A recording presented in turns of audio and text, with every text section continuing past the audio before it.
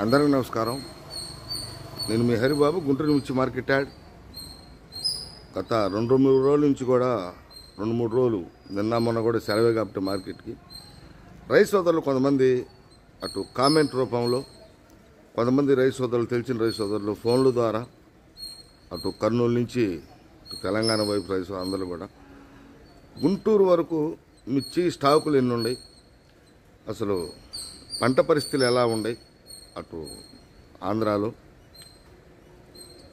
పంట మీద ఎట్లా ఉంది పొజిషను, పోతే మార్కెట్ ధరలు ఏదైనా పెరిగే అవకాశం ఉందా, ఇంతేనా అని కొంచెంమంది రకరకాలుగా కామెంట్లలో కానీ కొంతమంది రైతులు ఫోన్ చేసి అడగటం, నేను కూడా అటు పంట వాతావరణం ఎలా ఉంది, ఏ రకాల మీద ఇంట్రెస్ట్ చూపిస్తున్నారు, అసలు ఏంటి పొజిషన్ అనేది కొద్దిగా కనుక్కున్నాను. ఎందుకంటే రైతు సోదరులు మీ వీడియో ద్వారా తెలియచేయండి అని చెప్తున్నారు కాబట్టి చిన్న వీడియోనండి, క్లారిటీగా నాకు తెలిసిన సమాచారం మీకు తెలియజేస్తున్నాను. కొంతమంది అంతే. స్టాకులు అయితే గత 3 వారాలు అంటే ఆగస్టు 2వ వారం కాడి నుంచి కూడా కొద్దిగా మార్కెట్ ధరలు పెరగటంతో కొంత సిఎఫ్ బిఎఫ్లు కూడా సేల్స్ పరంగా బాగా, అంతకుముందు 25-30 వేలు అమ్మకం ఉండే గుంటూరు 40,000 50,000, మొన్న యార్డి సెలవుల ముందు కూడా 60 నుంచి 70,000 దాకా మార్కెట్లో సరుకులు రైతు సోదరులు కానీ అటు కొను పెట్టుకునే వ్యాపారస్తులు కానీ అమ్ముకోవడం జరుగుతుంది. ఇంకా మార్కెట్ పెరిగిద్దా పెరగదంటే ప్రజెంట్ అయితే ఇప్పుడు నిలకడగా అదే ధరలు. ఎందుకంటే సీడ్ రకాలు అయితే పూర్తిగా తగ్గిపోయిన స్థితి నుంచి ప్రతిదానికి కూడా 2,000 పెరగటం జరిగింది. అటు తేజకు కానీ, తేజానే ఒక అటుగా కొంచెం అటు ఉంది, కానీ మిగతా నాటు రకాలకు కానీ, బ్యాడిగి రకాలకు కానీ, సీడ్ రకాలకు కానీ 2,000 దాకా మార్కెట్ పెరిగి కొంచెం పర్లేదు సేల్స్ కూడా పర్లేదు అనిపించింది. ఇంకా మార్కెట్ ఎప్పుడు పెరిగేది ఏందనేది కొంచెం ప్రస్తుతానికైతే అట్లా స్టడీగా సాగిపోతుందండి.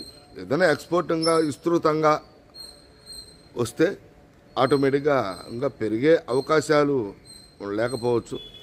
దాదాపు నాకు తెలిసినంత వరకు ఏదైనా ఎక్స్పోర్ట్ మీద ఆధారపడి ఉంటుంది కాబట్టి ఎక్స్పోర్ట్ ఆర్డర్స్ వచ్చినప్పుడు, లేదా పంట తగ్గింది, పంట రైతులు వేసే పరిస్థితులు లేరు, నెక్స్ట్ ఇయర్కి ఇబ్బంది పడతాం అంటే ఎవరన్నా ఐడియా కోసం వ్యాపారస్తులు ఏ రేట్లు పెంచడం, స్టాకులు పెట్టుకోవడం కూడా జరిగే అవకాశాలు కూడా ఉన్నాయండి. మెయిన్గా అటు పంట వేసే తీరుని బట్టి కూడా ఇటు మార్కెట్ ధరలు అనేది మనకి ఆటోమేటిక్గా జరుగుతుంటాయి కూడా. కొంత ఎక్స్పోర్ట్ మీద చాలామంది చైనా ఎక్స్పోర్ట్ లేదా చైనాకి అంటారు. నాకు తెలిసినంతవరకు చైనా మీద కూడా, చైనా, సింగపూర్, మలేషియా ఈ దేశాలన్నీ మీద కూడా బంగ్లాదేశ్కి అయితే ఎక్కువగా వెళ్తుంది సరుకులు. బంగ్లాదేశ్ మార్కెట్, బంగ్లాదేశ్ ఆ దేశానికి అన్ని రకాలు వెళ్తాయండి. ఒక చైనాకు వచ్చేసి తేజ ఈ సంవత్సరం కొద్దిగా 6-3 నడుస్తుంది. అది కూడా ప్రస్తుతానికైతే పెద్దగా అడావుడిగా చైనాకి నడట్లేదు, కానీ బంగ్లాదేశ్లో మాత్రం బరాబర్గా నడుస్తూనే ఉంది. అంటే చైనా మీద కూడా బంగ్లాదేశ్కి అన్ని మిర్చి రకాలు కూడా వెళ్తుంటాయి మార్కెట్కి. ఎందుకంటే మనకంటే కూడా పేద దేశం కాబట్టి అన్ని రకాలు అటు మీడియం కానించి డీలక్స్ దాకా మిగతా ఇతర దేశాలు కూడా చైనా చూసుకుంటే ఎక్కువగా బెస్ట్లో డీలక్స్లు నడుస్తాయి. బంగ్లాదేశ్కి అన్ని రకాలు నడుస్తుంటాయి. ఇంకా పంట విస్తీర్ణ, పంట పరిస్థితులు చూస్తే కొంతమంది నేను కూడా అడిగా, ఏంటంటే ప్రస్తుతానికైతే 50% అంటే 100కి 50% వరకు రైతులు ముందుకు వస్తున్నారండి. ఇదే మార్కెట్ ధరలు కంటిన్యూ అయినా లేదా కొంచెం పెరిగినా మళ్ళీ రైతుల్లో ఆశలు నెలకొని కొంచెం ఒక 20% 30% అంటే అది 70 నుంచి 75% పెరిగే అవకాశం ఉంది. పెరుగుద్ది ఆటోమేటిక్గా. ఎందుకంటే రైతుల్లో కూడా మిర్చి పంటకి బాగా కట్టుబడి ఉండారు కాబట్టి ఇంతే. మరి దీనికంటే కూడా మిర్చి ధరలు తగ్గినా కూడా కొంచెం రైతు సోదరులు వేసే పరిస్థితి లేరు, అదే 50 ఉండదు. కానీ కొంచెం ఎందుకంటే ఈ సెప్టెంబర్ అక్టోబర్ నెలలోనే రైతు సోదరులు పంటలు వేయటం ఎక్కువగా మిర్చి తోటలు వేస్తారు. అందుకని ఇదే మార్కెట్ కానీ కొనసాగుతూ లేదా కొంచెం పెరిగినా ఇంకొక 25% పెరిగే అవకాశం ఉంది. అటు మధ్యప్రదేశ్ కూడా సగానికి సగమే. లాస్ట్ ఇయర్ పోయిన సంవత్సరం ఇదే టైంలో పచ్చిమిర్చి 50 రూపాయలు, 60 రూపాయలు, 70 రూపాయలు కేజీ, 80 రూపాయలు కూడా అమ్మారండి. కానీ ఈ సంవత్సరం చూస్తే పచ్చిమిర్చి 10 రూపాయలు, 20 రూపాయలు అమ్ముతున్నారు కేజీ. అంటే పంట తక్కువ అయినా కానీ పచ్చిమిర్చి రేటు తగ్గింది. అంటే అటు వాళ్ళ అవగాహన ప్రకారం అటు ముందు రోజుల్లో ఒకవేళ ఎండుమిర్చికి ధరలు వస్తాయని చెప్పేసి వాళ్ళ ఆలోచన కూడా ఆ విధంగా ఉంది. అటు కర్ణాటకలో అంతే, తెలంగాణలో అంతే, మన ఆంధ్రాలో కూడా అంతే. ప్రజెంట్ ఇప్పుడున్న పొజిషన్ వాళ్ళు చెప్తుంది కూడా అదే. ఇదే పంట ఇట్లాగానే ఉంటే మార్కెట్ ధరలు పుంజుకునే అవకాశం ఉందని చెప్పేసి కొంతమంది ఈ మిర్చి మీద ఎక్స్పర్టర్స్ చెప్పడం జరుగుతుంది. పోతే ఎక్కువగా కొంతమంది రైతు సోదరులు ఏ మిర్చి రకం మీద ఇంట్రెస్ట్ చూపుతున్నారంటే పల్నాడు అటువైపు కొంతమంది రైతులు ఫోన్ చేస్తే ఎక్కువగా తేజ మీద చూపిస్తున్నారు. ఇంకా ప్రకాశం ఉందంటే అన్ని రకాలు వేస్తారు, 34 వేస్తారు, తేజాలు వేస్తారు, సీడ్ రకాలు వేస్తారు, అన్ని రకాలు వేస్తారు.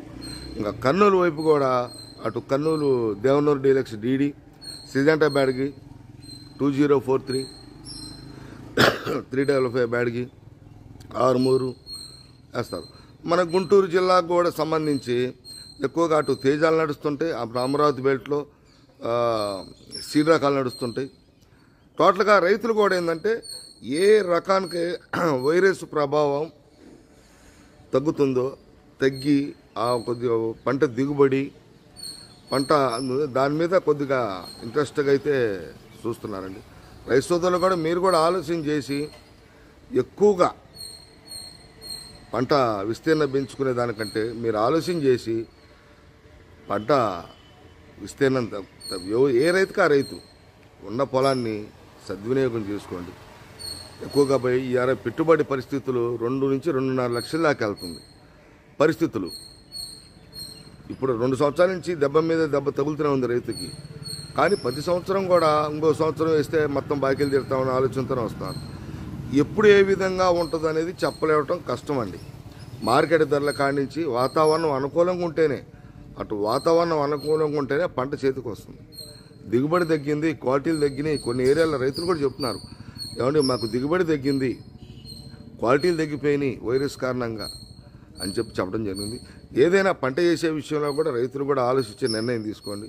ఇంకా మార్కెట్ ధరలు అంటారా, ప్రస్తుతానికైతే పెరిగిన తర్వాత మళ్ళీ వెనక్కి జరగటం అనేది జరగల ఈ 3 వారాల నుంచి కూడా.